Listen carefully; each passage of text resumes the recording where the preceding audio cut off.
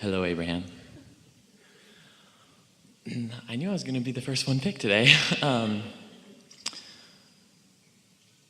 Even now,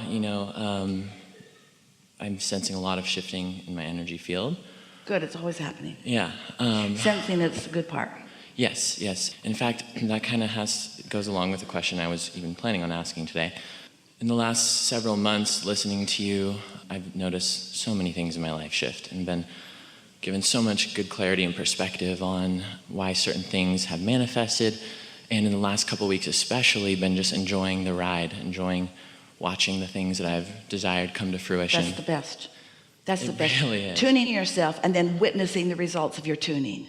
So you're not an action person, you're a tuning person.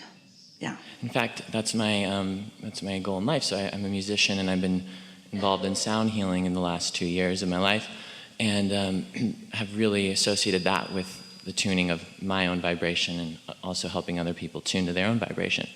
And I'm very, very blessed to have been given a time in life where I could say that I experienced something close to full alignment with my inner being. It was about a 6-month period of time, and it was about 3 years ago. It was a high-flying place. It was a very high-flying place. And the reason that you're talking about it as if it was something that was steady and then wasn't is because you continue to expand, and so you must continue to keep up with the new expansion. That's all. In other words, if you can achieve it once, you can achieve it always. Yeah? And so recently, in the last year or so, I've been very aware of where the vibration in my body resides that contains the most resistance. It's really a somatic, physical feeling, a sensation. And it's not necessarily pain, but it is discomfort of some degree. Before you go too far in things that feel meaningful to you, but have the possibility of holding yourself and others in a place they don't necessarily need to be, we will hear you out fully, but we want to just say something to you to just sort of get things moving, and then your perspective may yield a different question. Nothing wrong with that question. It's just screwy. It's all right. So when Esther awakened this morning, often when she first wakes up, she recalls a dream. And she really likes that when it's vivid so that she can feel it. And what the dream was holding a baby and singing a lullaby to the baby. And she knew while it was happening in the dream, and she really knew it when she awakened, that while every time she sang a lullaby to a baby, she thought she was soothing the baby. But in this dream, she knew she was soothing herself. Because if the mother is singing or letting the vibration of music move through her, then she's adjusting her vibration. And then anyone close to her will benefit by that vibration. So when you talk about the healing properties of music, of course it's about vibration, yes? Yes. So what do you think would be more helpful to a person who's seeking the healing properties of music? To be the listener of the music, or to be the maker of the music? To be the maker. So let's say that you know a lot of people, and you do, who don't think they can make music. They're self-conscious about it, and so they don't even try. But you know, because you know how to find resonance with who you are. You know how to find alignment. You know how to make resonance. You know how to make resonant music.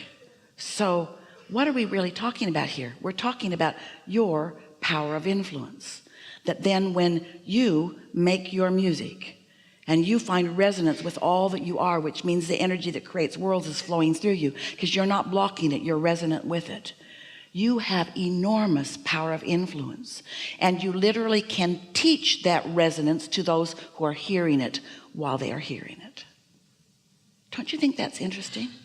That vibration can be so easily offered. Now, you can't make them open up to it. You can't make them be ready for it. And if they're not, then it doesn't matter how resonant you are with your own source and your own music. They may not all hear it. Only those who are ready. Yeah.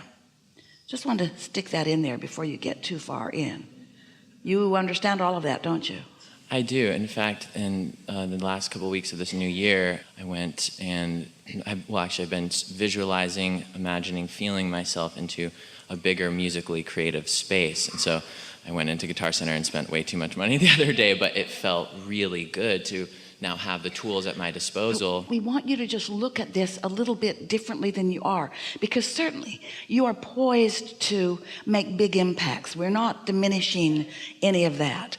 But we just want you to get your thoughts into this in the most powerful way for you, that when you have this talent and you tap into this energy and you align with it completely, so that you allow your source to teach you the vibration and you receive it in completion, then your influence will offer it to others who are ready. And it's so easy to get sidetracked from that. It's so easy to think that your offering is about you figuring out what they need and then trying to manipulate yourself to accommodate them, and that gets you off track. That might help you appeal to their discord even. There's a whole lot of music out there that does that. But when you're talking about healing music, you're talking about achieving a vibration, period. Because once you achieve it, your influence is there. Once you achieve it and are holding it while you are presenting, your influence is there. And then it's up to them to be resonant with it or not. That's not your work. And if you don't let it be your work, then you will never water down your connection, and your power of influence will be more and more and more. So much so that people just hearing it, that don't even come near you, will receive it. Does that make sense? So what were you talking about? Well, thank you. And I think, a lot of what I've been doing lately has been to achieve just alignment with myself. It's all that matters. Even the purchase of the instruments I was discussing was not about necessarily who I'll be sharing it with, but giving myself the freedom and the openness to create everything that I hear and everything that I feel inside myself. Yeah. So the first thing is accomplishing the resonance, accomplishing the alignment, sort of like plugging in the vacuum cleaner before you attempt to vacuum. Yes. Yeah. And so obviously so many thanks to Abraham in helping me really have that perspective and to be able to see it in that way.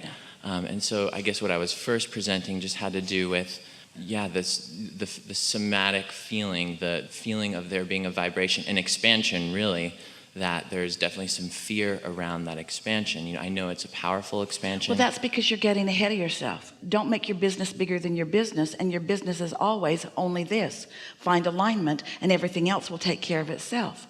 Because through all of the things that have produced any fear, you put into your vortex what you want. So there's no question about who you are or what you want, and you don't have to keep going over that and regurgitating it, because every time you do, you activate the other end of the stick and you cause resistance within yourself. So now if you could just hear from us that you've asked and it's been given, and now your work is one thing and one thing only: find the resonance, find the resonance, find the resonance, find the resonance. Get the feeling within yourself. That's all. It's like knowing that I want to be of value to a lot of people. And so that desire is already gestating in the vortex, and your inner being is all over it. And so are cooperative components all over it. So it's happening. It's happening.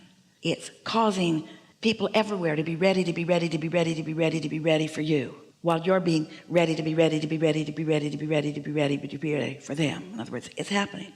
So that's all going on. And then you get a little off track and you start thinking about, I wonder where they are. So now you're not in sync. So it doesn't matter where they are, because you're not in sync anyway. I wonder how I'm going to find them. You're still not in sync. Too much question about things that have already been taken care of. You have singular work now. Step 3, find resonance. Step 3, find resonance. And what is the thing that you love most about your music? Isn't it personal? Yeah, it Isn't really it how is. it feels? Yeah. Yes. But can you feel how it goes wonky when it moves from how it feels to how can I share this? Mm-hmm. Because the how can I share it, now your mind wants to contemplate their readiness. Better do some polls. Better study the market. Better talk to experts. There aren't any. There aren't any. But when you do that only thing that matters, which is you find your alignment, then in the same way that the music is inspired to you, everything else will be inspired to you. You'll just have impulses. How does your music come? What is your format? Well, when I was a young child, Now I hear it. So I'll, like, for example, I picked up a flute, a Native American flute, about 9 months ago, and I just started playing it, and I can hear it in my mind, and I can play it. So it's an unequivocal, not questionable in any way, impulse that just comes to you. Exactly. Everything is like that. In the way that you've allowed yourself to receive that, all other ideas and impulses will come in the same way. Your tool or instrument will just be something other than a flute. Might be a telephone, might be getting in your vehicle and going to some place some particular time. In other words, impulses just that defined will come to you, are coming to you.